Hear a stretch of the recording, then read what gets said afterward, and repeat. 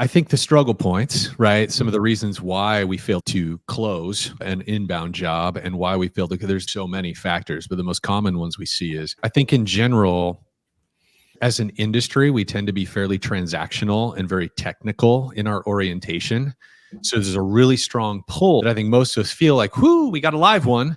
Let's do our technical stuff, help them out. Like it's all motivated from a really solid place of wanting to provide great service experience, But I think we tend to be a little bit over-oriented around the technical aspects of what we do and not quite customer focused enough. So we tend to dive right into the technical. Let me explain what I'm going to do for you and why it's important before we understand what the customer's needs, fears, concerns, and anxieties are around what just happened, which is part of the uniqueness of our industry, right? It's like if I owned a residential remodeling business, dang near every person that calls me and wants to talk is happy and excited and has a vision for something they want to do to their home, right? Or their space. Right.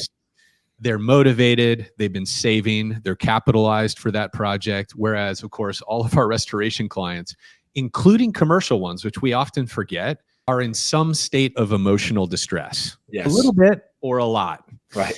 And so I think that's one of the biggest things we miss, and sometimes has a direct effect on whether or not we get that job, is that we can kind of tend to run right past the customer without identifying what they really care about and are concerned about in that moment.